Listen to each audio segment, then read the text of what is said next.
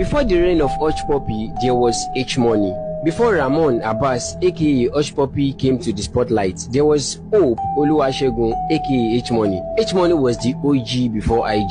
H Money was the first to pull a $1 million scam from prison. He was in Kirikiri prison and was still scamming from there. As at the time when he was reigning, at around 2011, Hush Puppy was still an apprentice in the game. What game?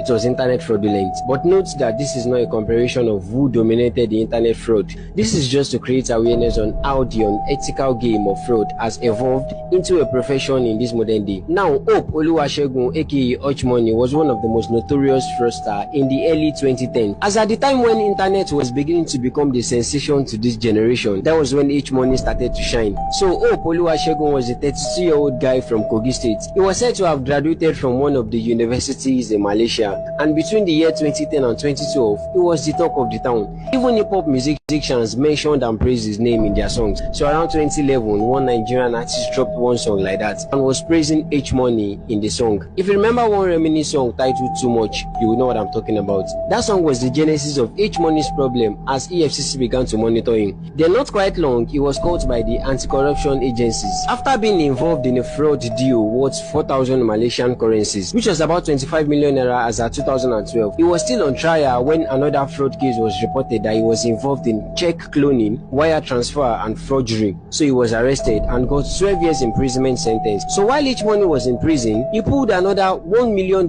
fraud inside the Kirikiri prison. Yes, at the time when he was serving a 12 years jail term, he was sneaking out of the prison with the help of the policemen and prison warders to meet his wife and 2 children lodged in a hotel. He was doing transaction underground. That was the sweet definition of men mount, road clear, no police. Because the police that were supposed to be in charge of his case were actually benefiting from him also. So we can actually call them the benefit boys. He had various bank accounts opened in the name of his wife and quickly brought properties in Lekki, Aja and other places. He had various exotic cars and was even living largely outside of the prison life. He was finally apprehended in one of his apartments again and was sentenced to another 12 years imprisonment. In addition to the 12 years he had earlier, making 24 years imprisonment. And that was how H Money's reign went into extinct. Not long after Hush Puppy began his own tenure too. So could we just say it was H Money that paved the way?